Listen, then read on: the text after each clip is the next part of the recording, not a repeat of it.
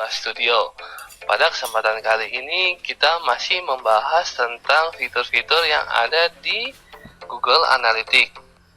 Nah, pada materi kali ini kita sudah sampai ke materi perilaku atau behavior ya. Kita klik. Nah, di sini masih ada ingat behavior ini apa? Oke, di sini Anda dapat menemukan halaman mana yang lebih penting bagi pengunjung Anda dan untuk situs website Anda, seperti itu ya. Oke, sekarang coba kita langsung ke ringkasan seperti ini ya. Kita lihat ya. Oke, di perilaku di sini kita lihat ke bawah ya, kita scroll. Nah, ini untuk di sini ada ringkasan sedikit, bisa per jam, per hari, per minggu, atau per bulan ya, seperti itu. Ada tayangan halaman, di sini ada 21 halaman yang sudah tayang, ada halaman yang unik, sudah tayang 61, dengan jumlah rata-rata di setiap halaman itu sekitar 6 menit lebih 31 detik. Nah, ini sangat bagus sekali ya. Oke. Nah, tetapi untuk rasio pantulan di sini masih cukup sangat tinggi ya, yaitu 78% ya. Nah, jumlah keluarnya juga cukup tinggi, yaitu 66% ya, seperti itu. Nah, di sini konten situs ini ada judul halaman seperti ini ya. Nah, di sini ada halaman-halaman yang dikunjungi. Untuk di sini contohnya misalkan yang untuk slash saja ini sudah mencapai 19 kali tayang ya, dengan jumlah persentase yaitu 90% tayangnya. Nah, lalu ada seperti ini ya, tayangnya juga 4,76% ya. Oke, jadi kita bisa melihat halaman-halaman apa saja yang tayang di sini ya, atau halaman-halaman terpopuler apa yang sedang tayang ya, seperti ini. Oke. Di sini kita lanjut ke alur perilaku.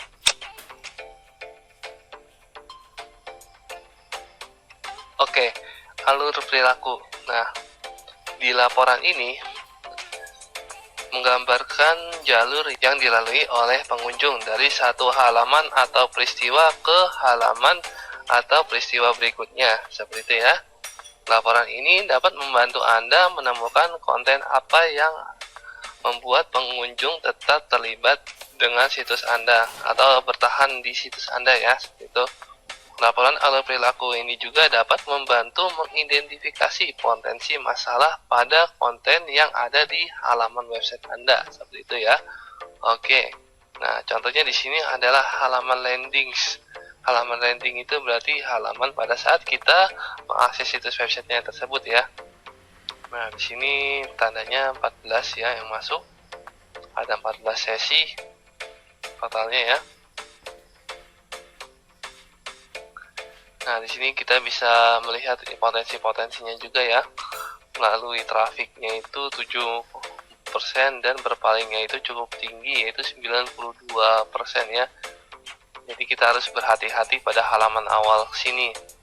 Sini kita bisa mengetahui tipikal pengunjung apabila datang ke website kita ini, dia ini mau kemana saja gitu ya. Kita bisa mengetahui alurnya seperti itu ya, dimulai dari sebelah sini dulu sampai ke interaksi berikutnya, dan berikutnya seperti itu ya. Oke, jadi seperti itulah alur dari perilaku. Di sini juga kita dapat membesarkan, mengecilkan, kita bisa geser ke kiri, ke kanan seperti itu ya. Oke. Lalu kita di sini coba kita lihat ada konten situs ya. Jadi di sini ada konten-konten yang kita miliki di sebuah website atau situs kita ya. Nah, di sini ada semua halaman yang akan kita peroleh pada website kita ya. Di sini kita dapat melihat seberapa banyak tayangan halaman pada website kita, seperti itu. Ada jumlah rata-ratanya juga, bounce rate-nya juga seperti itu ya. Jadi kita bisa memilih-milih halaman mana yang tidak sesuai atau yang kurang bagus ya, menurut yang sudah saya jelaskan.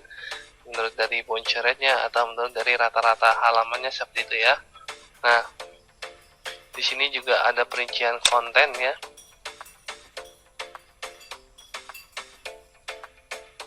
Oke, di sini ada perincian kontennya hampir sama dengan yang tadi ya.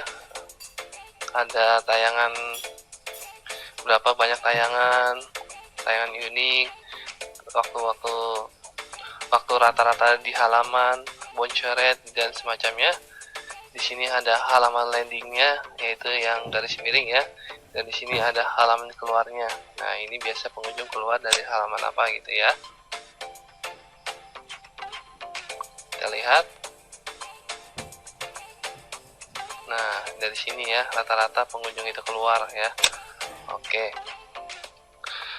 Oke, selanjutnya kita di sini ada kecepatan situs ya. Nah, kecepatan situs ini adalah kecepatan halaman-halaman kita yang dilihat oleh pengunjung. Nah, di sini kita bisa lihat ringkasan ya. Ada ringkasan, ada waktu halaman, saran kecepatan setiap halaman ya. Lalu ada waktu yang pengguna akses ya, seperti itu. Oke, di sini ringkasannya masih 00 ya.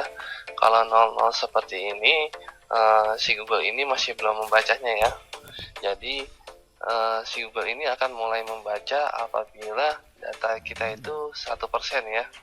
Nah, 1%-nya itu apabila website kita itu sudah banyak yang melihat, banyak halamannya dan lain-lainnya ya. Nah, kita juga bisa melihat scroll ke bawah di sini. Nah, di sini datanya masih kosong ya. Di sini nanti apabila data-datanya keluar ya atau sudah keluar, di sini kita bisa menemukan rata-rata pengunjung itu memuat halaman kita ya, berapa detik. Nah, lalu di sini ada pengalihannya berapa detik, permetaannya berapa detik, waktu sambungannya berapa, waktu respon, dan waktu mendownload halaman. Nah, waktu mendownload halaman ini bukan mendownload file yang ada di website kita ya, tapi di sini lebih mengarah ke arah tampilannya, animasi-animasinya seperti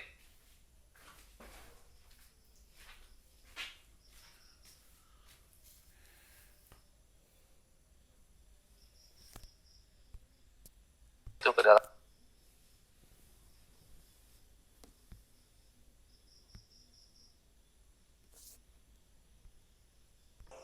Nah, lalu di sini ada waktu halaman ya. Nah, waktu halaman di sini nanti apabila halaman kita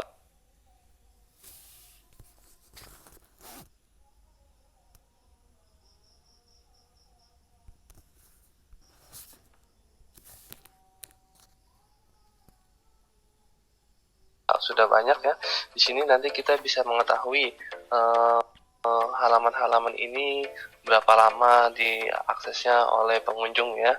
Misalkan untuk yang di sini tampilan home ya, tampilan home ini sudah 25 orang yang mengunjunginya. Nah, dari 25 orang ini dia berapa rata-rata pengunjung itu bisa mengakses situs kita dalam berapa detik gitu ya. Nah, di sini muncul persentasenya seperti itu. Nah, di sini kita dapat menilai apabila ada halaman yang apabila dibuka itu lama gitu ya. Nah, di situ bisa kita perbaiki ya.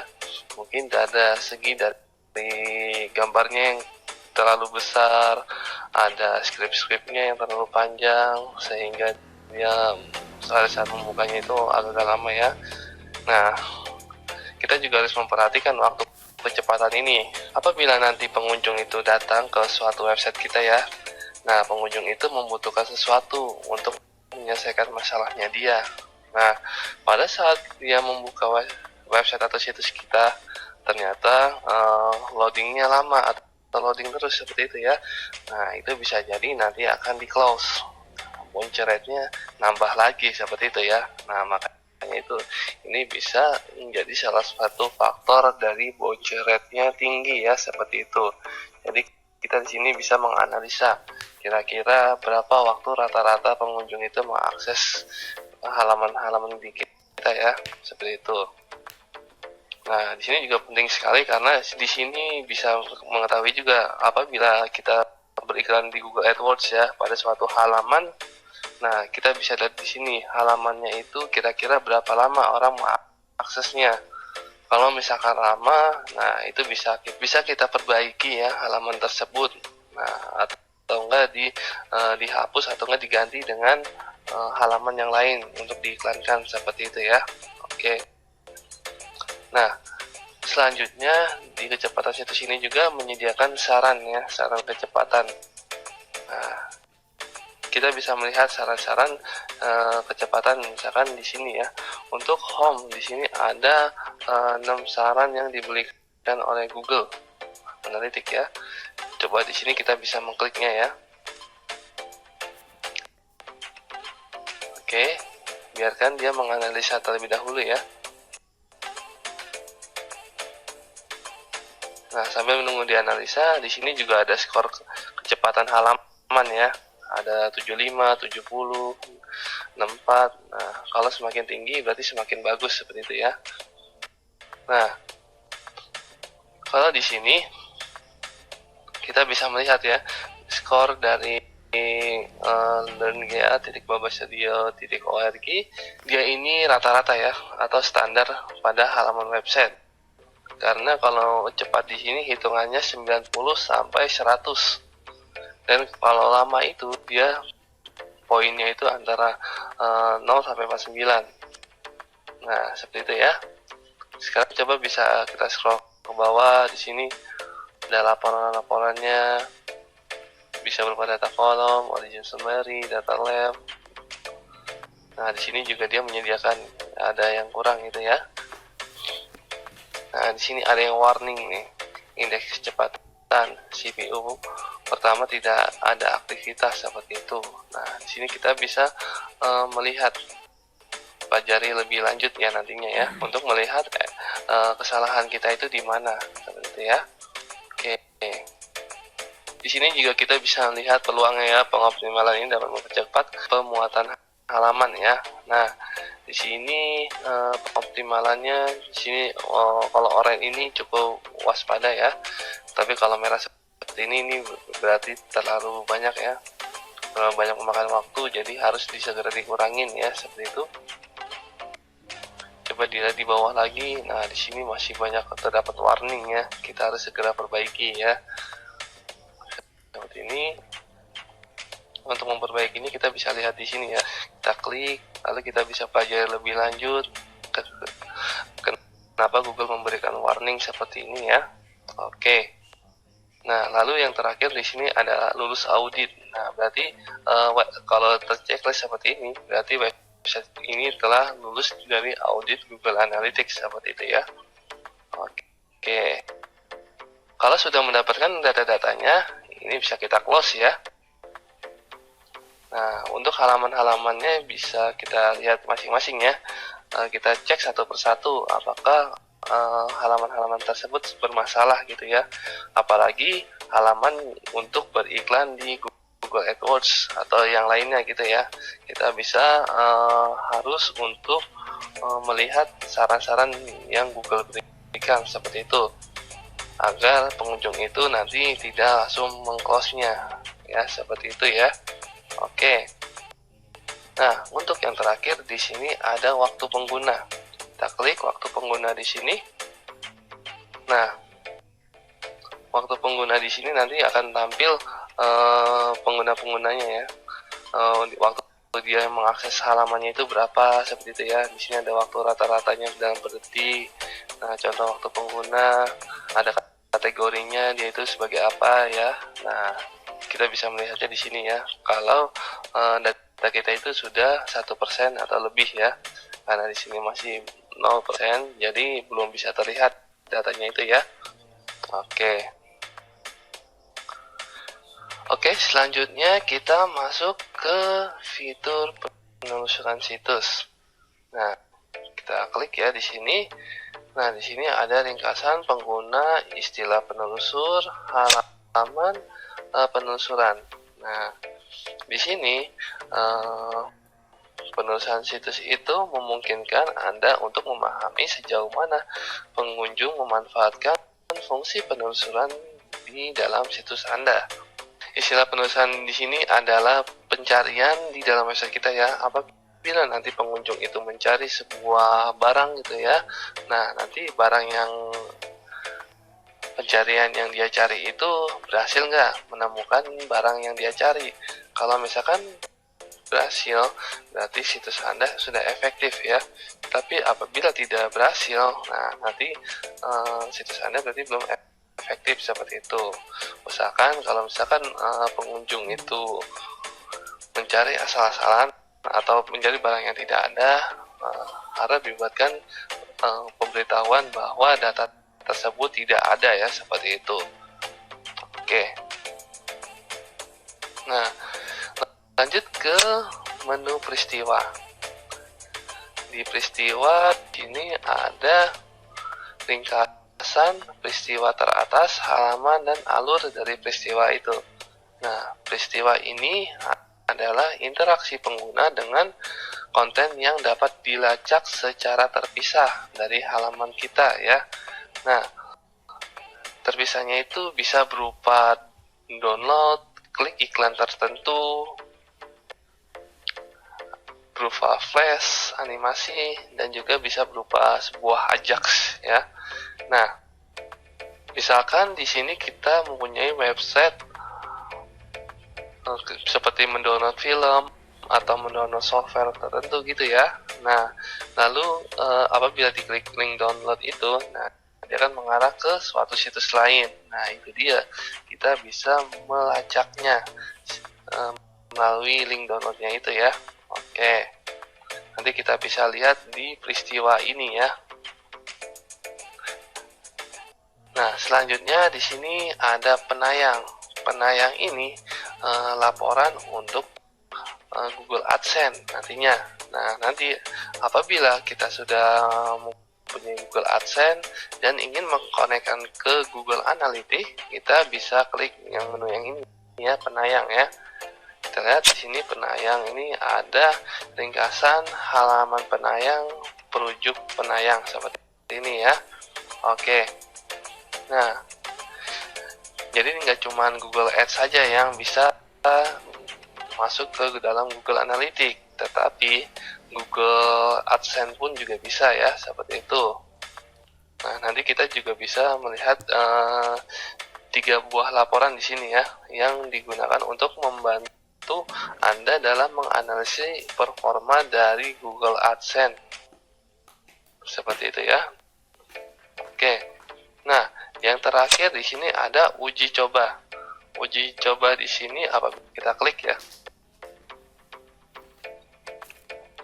Di sini tugas kita membantu si Google itu dalam menguji sistem-sistem baru yang bisa digunakan nantinya di Google Analytics seperti itu ya.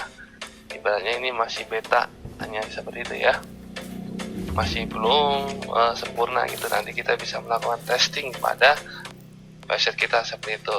Nah, di sini ada, kita bisa menjalankan eksperimen ya. Oke. Sekian video kali ini. Sampai jumpa di video selanjutnya.